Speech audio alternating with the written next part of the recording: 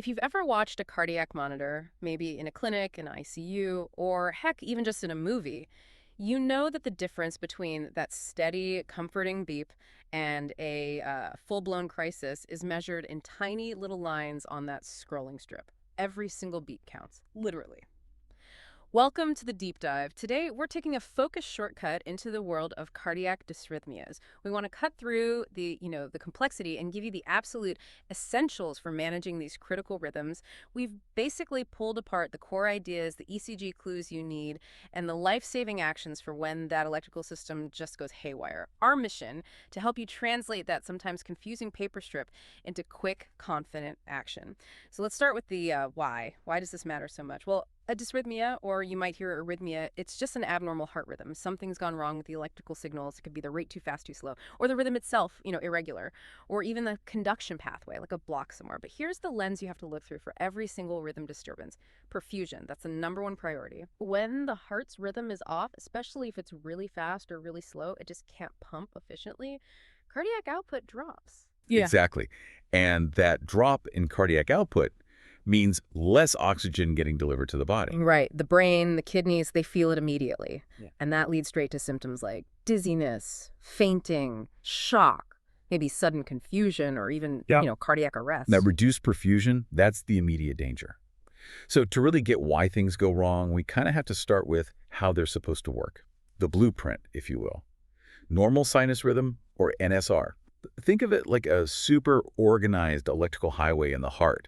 It all kicks off at the sinoatrial node, the SA node, high up in the right atrium. This is the heart's main natural pacemaker. It's got the fastest inherent rate, usually setting the pace somewhere between 60 and 100 beats per minute. Okay.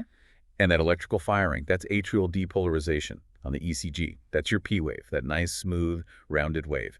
Then the signal hits, kind of a checkpoint. The atrioventricular node, or AV node. Okay. Now, this node is naturally slower, maybe 40 to 60 beats per minute if it had a pace on its own. But what's really interesting is that the AV node intentionally slows the impulse down. It creates this little pause. Yeah. We see that on the ECG as the PR interval. Ah, okay.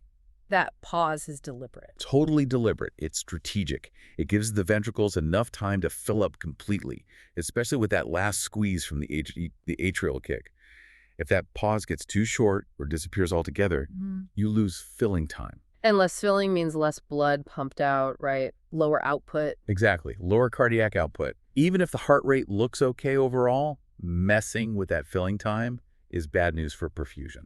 So that brief delay is absolutely critical for optimizing how much blood gets pushed out with each beat. Yes. Okay, what happens after the AV node gives it the green light? After that crucial pause, the signal basically floors it. It shoots down this specialized high-speed conduction system through the bundle of His, then it splits into the left and right bundle branches, and finally zooms out through the ventricular muscle using the Purkinje fibers. Wow, it really speeds up then. Oh, Super fast. Now, these Purkinje fibers, they can generate a beat on their own, but it's really slow, maybe 20 to 40 beats per minute. That's like the last resort backup pacemaker.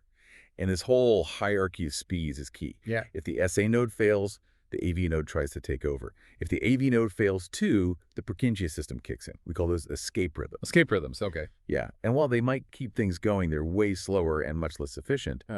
It just proves that if the signal generation, we call that automaticity, or the signal's travel speed conductivity gets messed up anywhere along that highway, the whole mechanical pumping action gets uncoordinated. And that leads us right back to where we started. Poor perfusion. Got it. Okay, let's take that blueprint now and translate it into the language we actually see, the ECG strip. Because if you can read that strip quickly, you can figure out where on that electrical highway things went wrong. All right, the ECG strip, it's basically a graph, right? Electrical activity over time. Time is on the horizontal axis, and you absolutely have to know the timing rules. The fundamental unit is that tiny little square, the small box. That represents 0.04 seconds. That's your micro measurement. Yeah, absolutely tiny. Then 5 of those small boxes make up one large box, which is 0.20 seconds. Knowing these lets you measure how long each part of the heartbeat is taking. And those timings tell you everything. Exactly. So let's nail down the normal measurements, the benchmarks. Anything outside these windows is a big red flag. Hmm. First up, the PR interval. We just talked about this one. It's the time from the start of the P wave to the start of the QRS complex. Atrial time plus that AV node delay. Hmm. It absolutely must be between 0.12 and 0.20 seconds. That's 3 to 5 small boxes if it's shorter than that. The atria and ventricles might be firing too close together. Longer, you're looking at some kind of heart block. Yep, a delaying conduction. Second key measurement, the QRS complex. This is the big one, electrically speaking. Ventricular depolarization, the main pump firing. This should be super fast and narrow, ideally less than 0.10 seconds. So 2.5 small boxes, max. And the narrowness is so important. It tells you where the signal came from. Why narrow? Because if the electricity uses that specialized fast track, the bundle branches and Purkinje fibers, it spreads through the ventricles almost instantly. Creates a sharp, narrow spike. Okay, so narrow means it followed the normal high-speed route. Precisely. But if that QRS is wide, let's say greater than 0.11 seconds, maybe 3 small boxes or more, that's a huge clue. It means the impulse didn't use the superhighway. Where did it come from then? It likely originated down in the ventricles themselves, in the slower muscle tissue. Or it could be coming down the normal path but aberrantly, like with a bundle branch block slowing it down on one side. Either way, a wide QRS screams ventricular origin or a major conduction problem. Big alarm bell. Gotcha. Wide QRS equals bad sign, likely ventricular. Okay, last key interval, the QT interval. This measures the total time for the ventricles to fire and then fully reset or repolarize. Normal is generally less than or equal to 0.4 seconds. And a prolonged QT, one that's too long, is really dangerous, often silently dangerous. If you miss that, the patient's at risk for a specific, very lethal rhythm. Why is a long QT interval so bad? Because when repolarization is delayed, the ventricle stays electrically vulnerable for longer. If another beat, like a PVC, happens to fire during that vulnerable window, we call that the R on T phenomenon, it can trigger absolute chaos. Aren't. Yeah, it sends the ventricle into a deadly disorganized rhythm. So the big takeaway, prolonged QT puts you at high risk for a specific type of ventricular tachycardia called torsades de pointe. We'll definitely come back to that one. Okay, torsades from long QT. Noted. So we have these measurements. How do we put it all together systematically when looking at a strip? Right, you can't just glance at it. You need a process every single time. Here are the 6 steps. 1, determine the rate. And you need both the atrial rate, count the P waves or measure PP intervals, and the ventricular rate, count QRS complexes or measure RR intervals. Okay. Are they the same? If they're way off, that tells you something's wrong with AV conduction right away. Like a heart block. Exactly. Step 2, check the rhythm regularity, get calipers or just mark it on a piece of paper. Are the R waves marching out evenly? Are the P waves, it's perfectly regular, regularly irregular, or just chaotically irregular? Rate and regularity. Step 3, analyze the P waves. Are they even there? Do they look normal, upright, rounded? Or are they weird shapes, inverted, or maybe just a chaotic mess?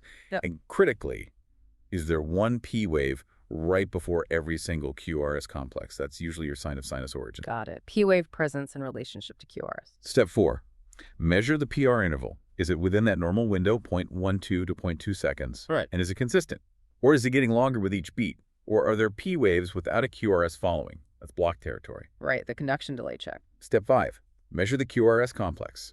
Duration first, is it narrow? Good, likely supraventricular, or wide? Bad, likely ventricular.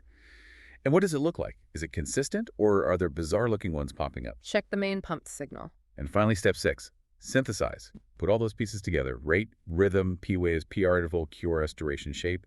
That lets you name the rhythm and, more importantly, understand what it means clinically for your patient. Okay, systematic approach. But here's something that can really throw you off, right?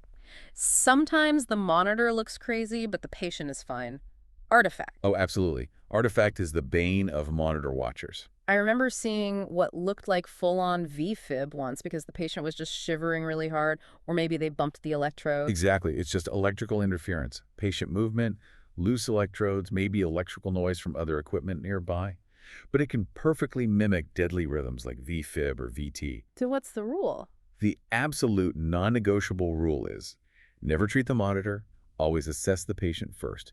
If that alarm screams V-fib, but your patient is sitting up in bed asking for water, check their pulse, check their breathing, check their level of consciousness before you even think about grabbing the paddles. Chances are it's artifact. Fix the cause, reposition the electrode, maybe warm the patient up. Assess the patient, not the scream. Crucial. And that brings us to alarm management. This is a huge patient safety issue. You hear alarms going off constantly in busy units, and it's easy to get. Well, alarm fatigue, Yeah, you start tuning them out. which is incredibly dangerous because you might miss the one alarm that actually signals a critical change. So nurses have to be proactive. Set appropriate alarm limits based on that patient's condition, not just the default settings. Make sure the alarms are audible. Check that the equipment is working properly. Managing the monitoring environment is part of managing the dysrhythmia. Okay, we've got the rules of the road, the ECG basics. Now let's dive into the actual rhythms you absolutely need to know, the 9 big ones. We'll start logically at the top with the SA node. First up, sinus bradycardia, the slow beat. This one's pretty straightforward on the strip. The rate is just slow, less than 60 beats per minute. But importantly, the rhythm is regular, and every P wave is followed by a normal QRS, and the T wave looks fine. KQRST is all there, just slow. Right, the origin is still the sinus node. It's just firing slower than usual. And the causes can be varied, right? It could be totally normal for, say, a highly trained athlete. Their heart is just very efficient. Yep, very common in athletes. Or it could be from something stimulating the vagus nerve, like bearing down hard, the Valsalva maneuver, or even carotid sinus massage, though we don't do that often anymore. Certain meds are big culprits, too. Like beta blockers. Beta blockers, absolutely. Also calcium channel blockers and digoxin. And don't forget, hypoxia low oxygen can definitely slow the heart down. So what do you do if someone's in sinus brady? It completely depends on the patient's condition. Are they symptomatic? If they're totally fine, maybe their blood pressure is stable, they're alert, no dizziness, you just monitor them. Keep an eye on it. Figure out why they're bradycardic. But if they are showing signs of low perfusion, Then it's an emergency. If they're dizzy, fainting, chest pain, confused, blood pressure dropping, that slow rate isn't meeting the body's needs. The immediate go-to drug is atropine. atropine 0.5 milligram IV push. Exactly. 0.5 milligrams IV push. You can repeat that every 3 to 5 minutes, up to a total dose of 3 milligrams. If atropine doesn't work, or if they're profoundly unstable, you need to be ready for pacing, usually starting with transcutaneous pacing pads on the chest. Got it. Bradycardia. Check symptoms. Yeah. Symptomatic. Atropine, then pacing if needed. Okay, flip side. Sinus tachycardia, the fast beat. Rate is now over 100 beats per minute. But again, it's originating from the sinus node, so the rhythm is regular, and you have a normal P wave before every normal QRS. PQRST is intact, just fast. And like bradycardia, the causes are key here. Even more so with tachycardia usually. Sinus tach is often the heart's response to something else going on in the body. It's trying to compensate. Like what? Oh, tons of things. Pain is a big one. Fever, anxiety, stress, dehydration, losing blood, hypovolemia, stimulants like caffeine, nicotine, certain drugs, anemia, hyperthyroidism, the list goes on. So the danger isn't the rhythm itself, usually, but what it's doing to the body. Exactly. The big problem with persistent tachycardia is physiology. The faster the heart beats, the less time it has to fill between beats. That diastolic filling time gets shorter and shorter. Less filling time means less output again. Right, cardiac output can drop. Plus, the heart muscle itself needs oxygen, and it gets most of its blood supply during diastole.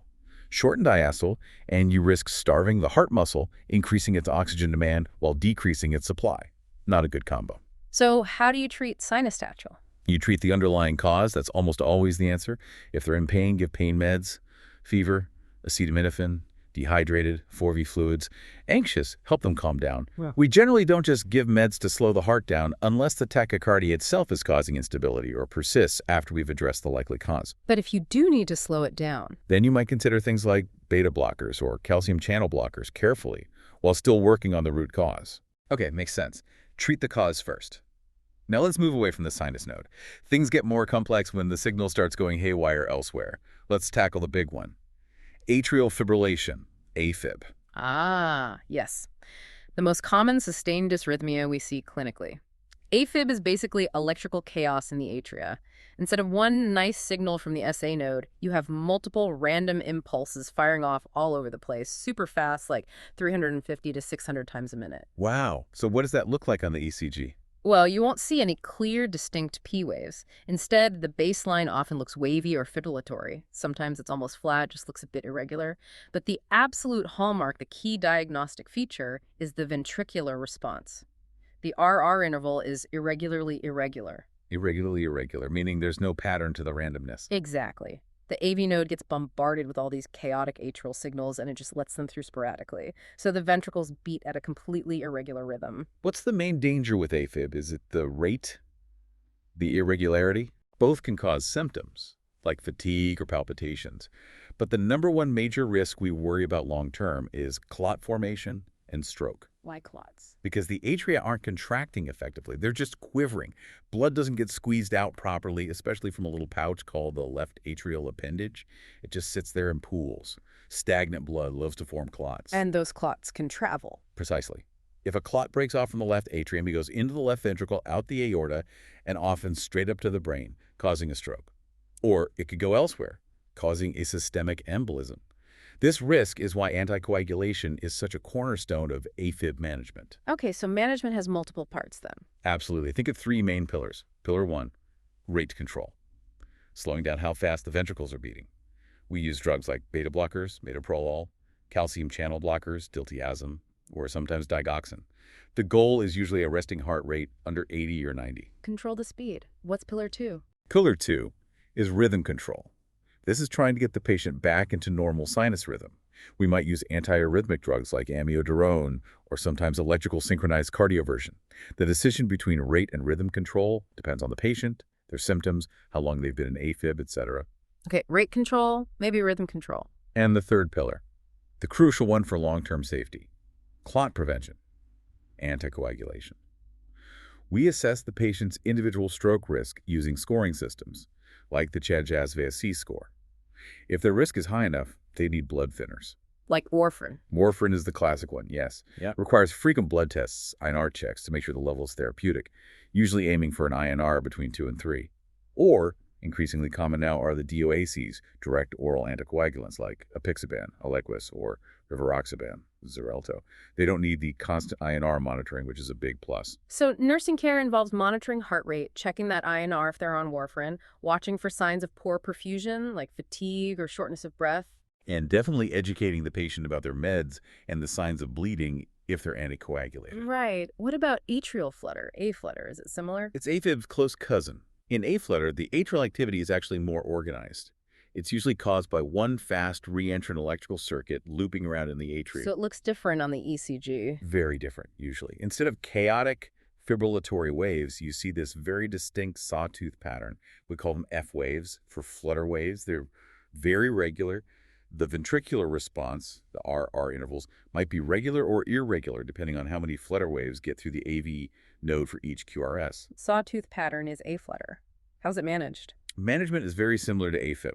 Rate control is key. Rhythm control with drugs or cardioversion might be attempted. And importantly, the stroke risk is considered just as high as with AFib, so anticoagulation is usually needed based on their Dysrhythmias score. Okay, AFib and A-flutter. Chaotic or sawtooth, or regular RR usually, and big clot risk. Got it. Now let's drop down into the ventricles. What about those extra beats, PVCs? Right. Premature ventricular contractions, or PVCs. These are common. It's an early beat that originates from somewhere down in the ventricle, not from the normal pathway. How do you spot one? Key features. It comes early, before the next expected normal beat. The QRS complex is wide because it starts in the ventricle muscle, and it often looks bizarre, different from the patient's normal QRS. And usually there's no P wave preceding it, and it's followed by a pause, called a compensatory pause, before the normal rhythm resumes. Wide, bizarre, early beat with a pause. What causes them? Lots of things can irritate the ventricles. Hypoxia, low oxygen is a huge one. Electrolyte imbalances, especially low potassium K+, and low magnesium Mg++, are critical to check. Myocardial ischemia, like during a heart attack. Stimulants, caffeine, stress, certain drugs, even structural heart disease. Are they dangerous? An occasional PVC in a healthy person is usually no big deal. But we start to worry if they become frequent, like more than 6 per minute, or if they occur in patterns like every other beat, with Gemini, every third beat, trigemini, or in pairs, couplets, or runs. Why are frequent ones bad? Because they signal increased ventricular irritability. The ventricle is unstable. We also worry if they're multifocal, meaning they come from different spots in the ventricle and therefore look different from each other on the ECG. That suggests widespread irritability. And the most dangerous scenario is when a PVC lands right on the T wave of the preceding beat, that RON2 phenomenon we mentioned earlier. Because that can trigger Ventricular tachycardia or fibrillation. So if PVCs are frequent, multifocal, or RON-T, you need to act. First, find and treat the underlying cause. Check oxygen saturation. Check electrolytes. K plus and Mg plus plus. If needed, we might use antiarrhythmic meds like amiodarone or lidocaine to suppress the ventricular irritability. Okay, so PVCs can be a warning sign. What happens if they keep coming? If you get 3 or more PVCs in a row at a rate faster than 100 beats per minute, that's no longer just PVCs. That's ventricular tachycardia, VT, a life-threatening run. Okay, this sounds serious. It is very serious. The ECG shows a run of wide, bizarre QRS complexes, usually looking pretty uniform, happening really fast, often a 140 to a 180 BPM, sometimes even faster. Because the ventricles are beating so fast and inefficiently, cardiac output plummets. What's the absolute first thing you do if you see VT on the monitor? Assess the patient. And the critical question is, does the patient have a pulse? This determines everything. Okay, scenario 1, VT with a pulse. If they have a pulse, they might be conscious, maybe talking to you. But are they stable? Check their blood pressure, mental status, skin color. Are they having chest pain? If they're unstable, low BP, confused, chest pain, this is still an emergency. The treatment is immediate synchronized cardioversion.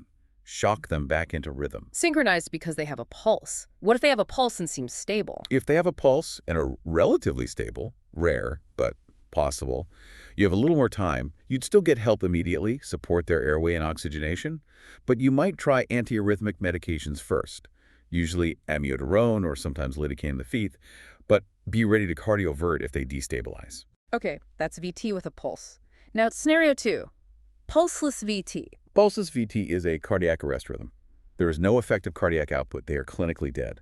The treatment is immediate, high-quality CPR and defibrillation. The unsynchronized shock, right? Absolutely. Unsynchronized shock as soon as the defibrillator is available. Don't waste time trying to synchronize.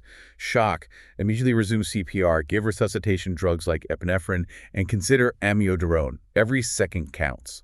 Pulseless VT equals defibrillate plus CPR. Got it. What if the rhythm degenerates even further? If VT devolves into complete electrical chaos, that's ventricular fibrillation, VF or VFib. The ventricles aren't contracting at all, just quivering uselessly. On the ECG, you see a chaotic, wavy line. No discernible P waves, no QRS complexes, just disorganized electrical noise. And clinically? No pulse, no breathing, no consciousness. Cardiac arrest. This is the most common rhythm found in adults who experience sudden cardiac death outside the hospital. Treatment for VFib. Same as pulseless VP. Immediate defibrillation, unsynchronized shock, plus high-quality CPR and resuscitation medications like epinephrine and amiodarone. It's a race against time to shock the heart back into some kind of organized rhythm. Defibrillate VFib. Okay. What about the ultimate flatline? Asystole. Asystole, the flat line. Complete absence of any electrical activity in the ventricles. You see maybe some P waves drifting along, but no QRS complexes at all, or just a straight line. First step if you see a flat line. Confirm it in 2 different ECG leads. This is critical. A lead might have fallen off, or the monitor gain might be turned down. You absolutely must rule out technical issues or find VFib masquerading as a systole before you declare it. Okay, confirmed asystole in 2 leads. Now what? Start high-quality CPR immediately. Give epinephrine. Search for and treat any possible reversible causes, the H's and T's. But here's the crucial point. You do not defibrillate asystole. Why not? Defibrillation works by stunning chaotic electrical activity to allow an organized rhythm to emerge. In asystole, there is no electrical activity to stun. Shocking a flat line does absolutely nothing helpful and just interrupts CPR, which is the only thing potentially circulating blood. CPR and epinephrine are the treatments. No shock for asystole, CPR, and epi. Got it. Lastly, let's touch on the heart blocks. These are about conduction problems between the atria and ventricles, right? Exactly. It's a delay or blockage at the AV node or further down the conduction pathway. What's the simplest one? First-degree AV block. This isn't really a block in the sense of stopping beats, it's just a consistent delay. Every P wave gets through to the ventricles, but the PR interval is prolonged longer than 0.20 seconds. Yeah. More than 5 small boxes, and it's prolonged on every single beat. Is it dangerous? Usually no. It's often benign, found incidentally. We just monitor it. No specific treatment needed unless it's caused by a medication that needs adjusting. Okay. What about second-degree blocks? Here, some atrial beats, P waves, don't get conducted to the ventricles, so you start seeing dropped QRS complexes. There are 2 main types. Type I. Second-degree AV block type I, also called Mobitz I or Winkelbach. This has a very specific pattern. The PR interval gets progressively longer with each beat, longer, until finally, the QRS complexes drop completely. Then the cycle restarts. Longer drop. Now you've got a Winkelbach. Is Vancomycin bad? It's usually less dangerous than type 2. The block is typically located higher up, Huh? within the AV node itself. It might cause some bradycardia if lots of beats are dropped, but often patients are stable. Monitor closely, look for causes. And type 2? Second-degree AV block type 2, Mobitz 2, is much more serious. Here, the PR interval is constant for the conducted beats. It doesn't lengthen. But suddenly, unpredictably, P waves occur without a QRS following.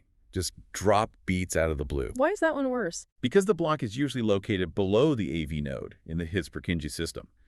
This type of block is much more likely to suddenly progress to a complete heart block. Patients with Mobitz 2 are at high risk for sudden decompensation. They often need a pacemaker. Okay, Mobitz 2 equals high risk, likely needs pacing, and the worst block. Third-degree AV block or complete heart block. This is complete AV dissociation. The atria, P waves, are firing away at their own rate, driven by the SA node. The ventricles, QRS complexes, are firing away at their own, much slower escape rate, driven by a junctional or ventricular pacemaker. There is absolutely no relationship between the P waves and the QRS complexes. They're completely independent. So the P waves and QRS complexes are just doing their own thing. Exactly. You'll see P waves marching along regularly and wide QRS complexes plodding along regularly, but much slower, often 20-40 BPM, with no consistent PR interval because there's no connection. This results in severe bradycardia and poor perfusion.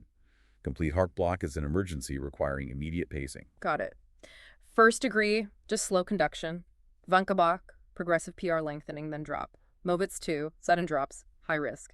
Third degree, complete dissociation, needs pacing stat. All right, we've covered the rhythms. Now let's talk about the tools we use to fix them, the medications. Precision is key here. Let's start with the rapid rescuers you need in emergencies. We already mentioned atropine. That's for symptomatic bradycardia, right, to speed things up. Correct. It blocks the vagus nerve's slowing effect on the heart. Standard dose, 0.5 milligram IV, repeat up to 3 milligram total. Remember those anticholinergic side effects, though? Dry mouth, blurred vision, urinary retention. Can't see, can't pee, can't spit, well, you know. Ah, right. Okay, what about adenosine? That one has a very specific use and administration, doesn't it? Oh, yeah, adenosine is unique. It's primarily used for supraventricular tachycardia, SVT, a narrow complex, very fast, regular rhythm that often starts and stops abruptly. Adenosine works by temporarily blocking conduction straight through the AV node. It basically slams the brakes on that connection for a few seconds. And how do you give it? It has an incredibly short half-life, like less than 10 seconds. So you have to give it as a super rapid IV push, like 1-2 seconds, followed immediately by a fast 20 millirel saline flush. Use a large vein, close to the heart if possible, like the AC. And what happens when you push it? You absolutely have to warn the patient and the team. For a brief moment, maybe 5-10 seconds, the patient will go into a systole on the monitor. Flatline. Yep, it's expected. Feels like an eternity. The goal is that after the drug wears off, the SA node will hopefully take over again at a normal rate. But because of that potential for prolonged asystole or other issues, you must have the crash cart, oxygen, and defibrillator pads right there at the bedside before you push adenosine. Wow. Rapid push, expect a systole, be ready for anything. Got it. And epinephrine. Epi is your go-to vasoconstrictor and cardiac stimulant during CPR.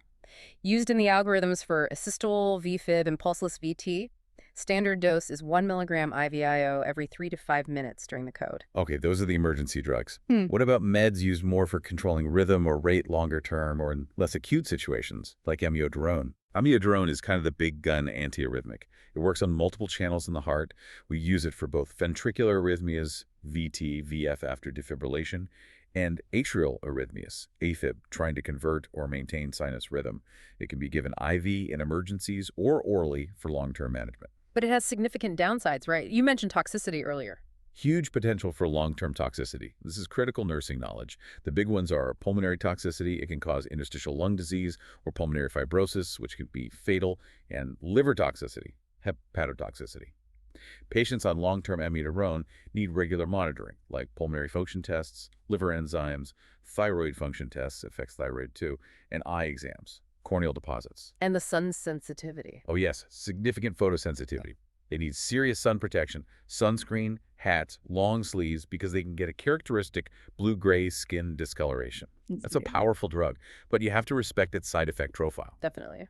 Okay, what about lidocaine? Lidocaine is primarily used for ventricular arrhythmias suppressing PVCs, treating VT, especially if amiodarone isn't working or contraindicated. It works by blocking sodium channels, specifically calming down irritable ventricular tissue. Any key monitoring points for lidocaine? Neurostatus. Lidocaine toxicity manifests neurologically. Watch for confusion, drowsiness, slurred speech, muscle twitching, paresthesias, numbness, tingling, and in severe cases, seizures. Levels need to be monitored if used as a continuous infusion. Got it. Amiodarone, lungs, liver, thyroid, sun, lidocaine, dot neurochecks. What about the rate controllers we mentioned for AFib? Beta blockers and calcium channel blockers. Right. Beta blockers like metoprolol or esmolol, and non-dihydropyridine calcium channel blockers like diltiazem, cardizem, or verapamil. Their main job in dysrhythmias is to slow conduction through the AV node, which slows down the ventricular rate in rhythms like AFib or A-flutter. They can also be used for some tachycardias. And the main things to watch: always heart rate and blood pressure. These drugs lower both. You need to know the parameters to hold the dose often if the heart rate's below 60 or systolic BP below 90 or 100, but follow specific orders. And that grapefruit juice interaction with diltiazem and verapamil is important patient teaching. Right, no grapefruit. Okay, how about digoxin? It seems like an older drug, but still used. It is. Digoxin has two main effects. It slows AV conduction, helps with rate control in AFib, similar to beta blocker CCBs, but it also increases myocardial contractility, makes the heart pump stronger. So it's particularly useful in patients who have both AFib and heart failure. But it's tricky to use. Very tricky. It has a very narrow therapeutic window, meaning the dose that helps isn't far from the dose that causes toxicity.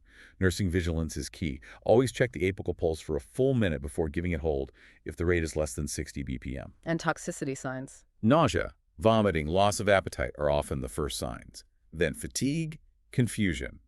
The classic sign, though not always present, is visual disturbances, blurred vision, or seeing yellow-green halos around lights. And crucially, low potassium, hypokalemia, dramatically increases the risk of digoxin toxicity. Always monitor potassium levels closely in patients on digoxin, especially if they're also on diuretics that waste potassium. Hold for HR60, watch for gene revision changes, and monitor potassium. Got it. One more electrolyte. Magnesium sulfate. Ah, yes. Magnesium has a very specific life-saving role in dysrhythmias. It's the drug of choice for treating torsades de pointe. That twisting VT associated with long QT. Exactly that one. Torsades is often triggered by low magnesium levels or drugs that prolong the QT interval. Giving IV magnesium helps stabilize the cardiac cell membrane and shorten that dangerously long repolarization time. So if you see torsades, think magnesium. Okay, we've covered drugs, but sometimes you need electricity, shocks. Let's clarify the difference between the two main types, cardioversion and defibrillation. It seems like the timing is key. Absolutely. The core difference is synchronization. Meaning? Cardioversion delivers a synchronized shock. The machine has a sync button you have to engage. It then watches the patient's ECG rhythm and deliberately delivers the shock precisely on the R wave, the peak of ventricular depolarization. Why time it so carefully? To avoid shocking during the vulnerable period of repolarization, which is the T wave, delivering a shock on the T wave, that R on T thing again, could actually induce VFib. So synchronization is a safety measure. Okay, synchronized shock on the R wave. When do you use cardioversion? For unstable tachycardias where the patient still has a pulse, think unstable AFib, unstable A-flutter, unstable SVT, or VT with a pulse. The patient is alive, has a heartbeat, but the fast rhythm is causing problems like hypotension or chest pain. And because they have a pulse, they're usually conscious. Often, yes, which means cardioversion is painful. So you absolutely need informed consent, if possible, and procedural sedation or analgesia before you shock them. Also, if it's an elective cardioversion for stable AFib, they usually need weeks of anticoagulation beforehand. And digoxin should be held for about 48 hours prior, as it can increase irritability after the shock. Got it. Cardioversion, sync on, pulse present, sedation needed. Now defibrillation. Defibrillation is the opposite in terms of timing. It's an unsynchronized shock. You hit the charge button, then the shock button, and it delivers the energy immediately whenever you press it, regardless of where the rhythm is in its cycle. Why no synchronization here? Because you only use defibrillation for the life-threatening rhythms where the patient has no pulse. Pulses VT and VFib. In these rhythms, the heart is either electrically chaotic, VFib, or beating so fast and ineffectively there's no output, pulses VT. There's no organized R wave to sync with, and the priority is just to deliver a massive electrical reset immediately. So the goal is to stop the chaos. Exactly. You're trying to stun the entire heart muscle simultaneously, hoping that the heart's natural pacemaker, the SA node, can then take over and restart a perfusing rhythm. Time is absolutely critical. Charge, shock, resume CPR immediately. Okay, defibrillation. Sync off, no pulse, immediate delivery. Yeah. Crystal clear. What about longer-term electrical help? Pacemakers and ICDs. Right. These are implanted devices for chronic problems. Pacemakers are used primarily when the heart's own rate is too slow and causing symptoms. Think symptomatic bradycardia, Mobitz the second or third-degree AV block. The pacemaker senses the heart's intrinsic rhythm, and if it drops below a set rate, the device delivers a small electrical impulse to make the heart beat. And that can be temporary, too. Yes, you can have temporary pacing wires inserted after surgery, or use transcutaneous pacing pads in an emergency. That transcutaneous pacing, though, the pads on the skin, that can be really uncomfortable, even painful, because it stimulates the chest wall muscles, too. Often needs sedation. Permanent pacemakers are implanted under the skin with leads going into the heart chambers. Okay, pacemakers for slow rates. What about implantable cardioverter defibrillators, ICDs? ICDs are more sophisticated. They can function as a pacemaker if needed, but their main job is to detect and treat life-threatening fast ventricular rhythms, namely VT and VFibs. So it's like having a defibrillator inside you. Pretty much. If the ICD detects VT or VFib, it can first try to overdrive pace, it pace faster than the VT, to try and recapture the rhythm. If that doesn't work, or if it detects VFib, it automatically delivers a high-energy shock internally to try and convert the rhythm back to normal. It's a lifesaver for patients at high risk of sudden cardiac death. Wow. So for patients who get a pacemaker or an ICD implanted, what's the really crucial safety teaching they need? This is huge. Number one, electromagnetic interference, EMI. These devices can be affected by strong magnetic fields or electrical signals. Patients need to avoid things like strong industrial magnets, leaning directly over a running car engine, alternator, and importantly, MRI scans, unless both the device and the facility are specifically cleared for it. Even things like cell phones shouldn't be carried directly over the device pocket. So keep magnets and strong electrical fields away. What else? They absolutely must carry their device identification card at all times and wear a medical alert bracelet or necklace. This is vital information in an emergency. And reporting symptoms. Yes. Teach them to report any dizziness, palpitations, fainting spells, or if they feel the ICD deliver a shock. These could signal that the underlying rhythm problem isn't controlled or the device might need reprogramming. They also need regular follow-up appointments to check the device's function and battery life. Okay, let's try to tie this all together from the nursing perspective. Across all these dysrhythmias, what's the absolute core priority, if you remember nothing else? Got to be perfusion, right? Assessing for signs of decreased cardiac output. Exactly. You have to look past the monitor, look at the patient. Are they thinking clearly? Check their level of consciousness. What's their blood pressure doing? Is their skin warm and dry or cool and clammy? Are they complaining of new chest pain or sudden shortness of breath? What about their urine output? Is it dropping off?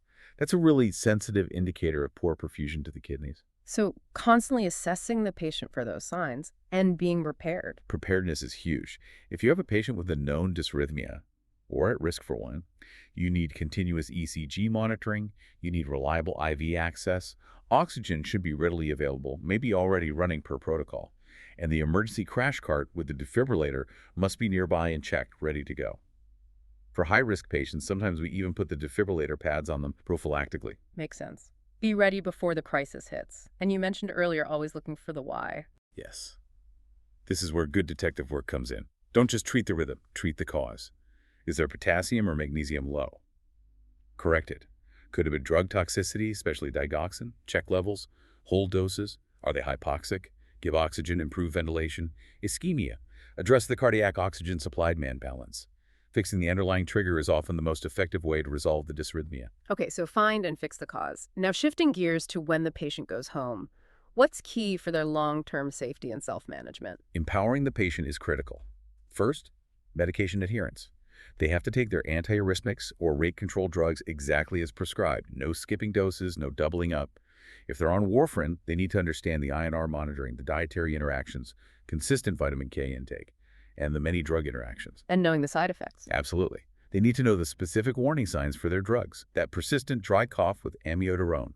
Call the doctor. Easy bruising, nosebleeds, blood in urine or stool if on anticoagulants.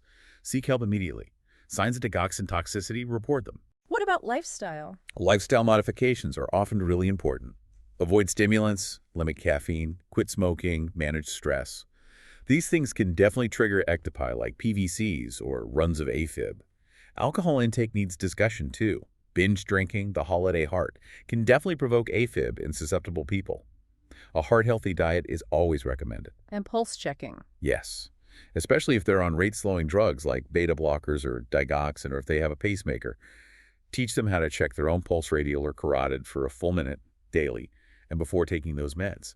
They need to know the parameters the doctor set, e.g. don't take if pulse is below 50, and report any rates consistently below that, or if the rhythm feels irregular when it shouldn't. It's their own internal monitor. Good point. And for those with pacemakers, ICDs, just reiterate the safety. Definitely. Avoid strong magnets and EMI. Carry the ID card. Report any symptoms like dizziness or fainting. Know what to do if the ICD shocks them usually. Call their doctor or clinic, even if they feel okay afterwards, as it means a significant event occurred. Family members should ideally know CPR. It's about creating a safety net. #tag closing key takeaways. So as we wrap up this deep dive, maybe the big picture is that every dysrhythmia tells a story, right? It's a narrative of the heart's electrical system, a breakdown in automaticity, conductivity, maybe affecting contractility. And our job as clinicians is really to read that story quickly and catch the plot twists before the ending turns critical. And for you, the learner, if we had to boil down the absolute emergency responses, VFib or pulseless VT, Defibrillate immediately. symptomatic bradycardia, Atropine first, then pacing if needed. and assist. CPR and epinephrine. Absolutely. NO defibrillation. Memorize those. Couldn't agree more. Know the rhythm, know the response. But overarching all of that, your core process has to be synthesizing everything that's dripping the patient. Always monitor perfusion status. Check how the patient looks and feels. Medicate appropriately based on the whole picture. And yes, if needed, be ready to use that electricity cardiovert or defibrillate correctly. And maybe one final thought to leave you with, something that connects the electricity back to the mechanics. We spend so much time analyzing these squiggles on the ECG, the P waves, QRS, T waves, the timing. We get really good at interpreting the electrical signals. Yeah. But never forget why we care about the electricity. It's supposed to drive contractility. The actual pump function. Exactly. It's the heart's mechanical ability to actually squeeze and push blood forward. You can have an ECG strip that looks, technically okay, maybe a bit slow or slightly irregular. But if that patient is pale, sweaty, confused with a blood pressure in the toilet, that heart is failing mechanically, regardless of what the electrical picture looks like. The ultimate measure is perfusion. So always assess the patient, not just the monitor.